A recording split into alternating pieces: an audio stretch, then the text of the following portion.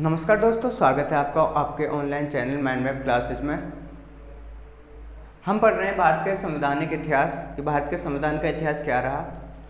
British east India company के साथ भारत के संविधान के इतिहास को जोड़ा जाता है कि उसके आगमन से ही भारत के संविधान इतिहास का विकास हुआ है।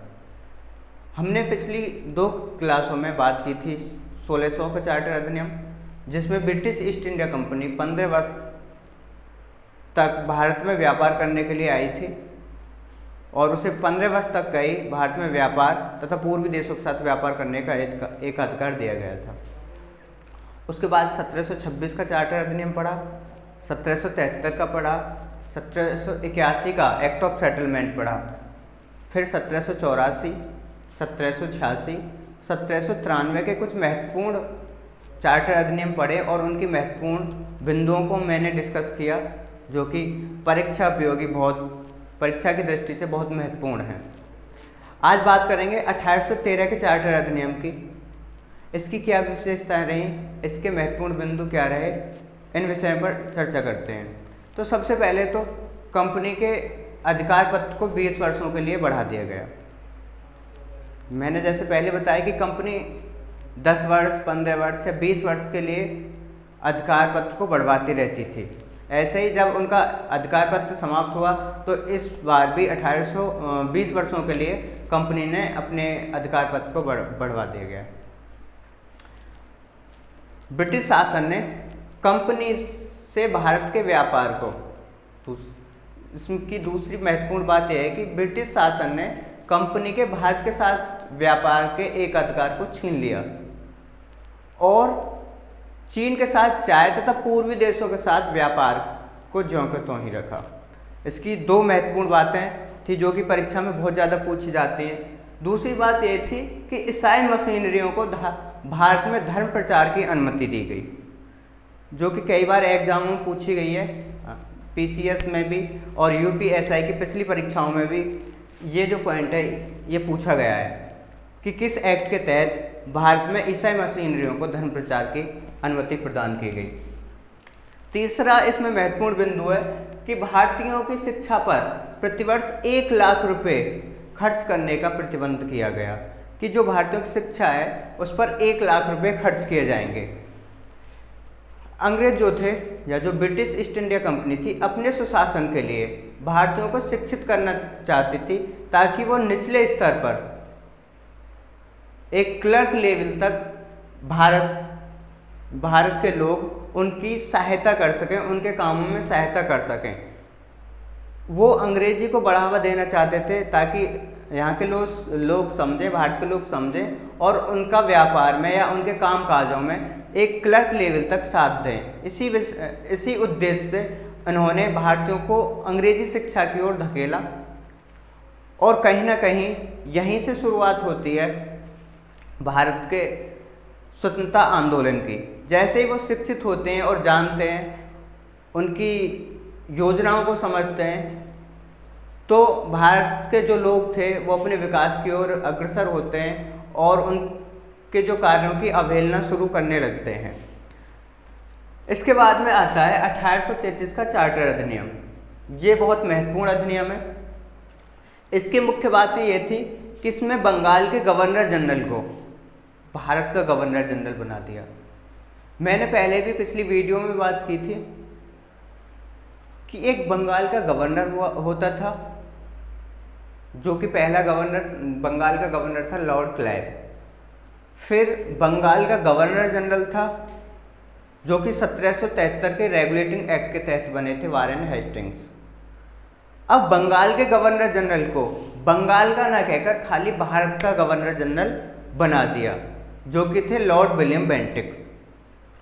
उसके बाद में फिर मैंने बताया था कि 1858 के तहत जो भारत का गवर्नर जनरल था उसे अब भारत का वायसराय बना दिया गया। तो इसमें 4 महत्वपूर्ण बिंदु थे: बंगाल का गवर्नर जनरल, भारत का गवर्नर जनरल और भारत का वायसराय। ये 4 महत्वपूर्ण बिंदु मैं समझता हूँ आप समझ गए होंगे। तो पहला बंगाल का गवर्नर लॉर्ड क्लाइव, पहले बंगाल के governor general Warren Hastings, Bharat के पहले governor general Lord William Bentinck और भारत के पहले वायसराय लॉर्ड कैनिंग। आशा करता हूँ आप समझ गए होंगे चारों के अंतर क्या था इनमें। इसका दूसरा महत्वपूर्ण बिंदु था, जो ब्रिटिश भारत के केंद्रीकरण की सारी शक्तियाँ थीं वो गवर्नर जनरल को दे दी। जो ब्रिटिश भारत था, क्योंकि कहीं पे पूरा भारत ब्रिटिश भारत नहीं था, जहाँ जहाँ पे ब्रिटिश कंपनी ने अपनी सत्ता रख रखी थी खाली वही ब्रिटिश भारत का कहा जाता था। इसमें कुछ देशीय रियासतें थी, लेकिन जो केंद्रीकरण ब्रिटिश भारत था इस पर परिषद कानून बनाती थी, गवर्नर जनरल की परिषद कानून बनाती थी। लेकिन एक महत्वपूर्ण बात ये थी कि नियंत्रक मंडल जो कि जिसका गठन हुआ था 1784 में, जिसे बोर्ड ऑफ कंट्रोल कहा जाता था, इसको अस्वीकृत कर अपना कानून भी बना सकती थी। नियंत्रक मंडल जो कि बोर्ड ऑफ कंट्रोल था 6 सदस्यीय टीम थी, 1784 के तहत इसका गठन किया गया था। इस परिषद का कानून को रद्द कर अपना कानून भी बना सकती थी। इसकी तीसरी महत्वपूर्ण बात थी, कंपनी के व्यापारिक कार्यों को लगभग बंद कर दिया गया। कंपनी के जो व्यापारिक काम थे उन्हें लगभग बंद कर दिया गया तथा बस कंपनी का अब कार्य ब्रिटिश सरकार की ओर से भारत पर शासन करना रह गया। कंपनी के सारे व्यापारिक अधिकार छीन लिए गए भारत से और अब कंपनी का कार्य रह गया ब्रिटिश सरकार की ओर से खाली भारत पर शासन करना, कि अब वो भारत पर शासन कर सकते हैं। अगला पॉइंट था, गवर्नर जनरल की परिषद में चौथे विधि सदस्य के रूप में चौथे सदस्य को शामिल किया गया। जो गवर्नर जनरल की परिषद थी उसमें चौथे सदस्य को नियुक्त किया गया। मैंने बताया था कि मैं थोड़ा सा पीछे जाता हूँ कि गवर्नर जनरल की एक 4 सदस्यीय टीम थी। 4 सदस्यीय टीम थी, कुल मिला के 5 थे, जिसे गवर्नर जनरल की परिषद कहा जाता था। 1786 के एक्ट में उसमें से एक को हटा दिया गया, 3 रह गए, जिस एक को सेनापति बना दिया गया था। अब 3 से वही गवर्नर जनरल की परिषद है। अब वो जो 3 थे उन्हीं में एक सदस्य और जोड़ दिया गया जिसे विधि सदस्य कहा गया।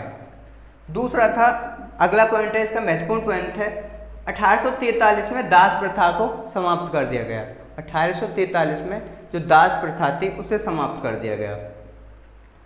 गवर्नर जनरल को, ये महत्वपूर्ण बात है इसकी, इस पूरे अधिनियम की, कि गवर्नर जनरल को संपूर्ण देश के लिए एक बजट तैयार करने का अधिकार प्रदान किया गया। कई एग्जामों में क्वेश्चन आया हुआ है। दूसरा है, 1834 में लॉर्ड मैकाले की अध्यक्षता में 4 सदस्य विधि आयोग का गठन किया गया।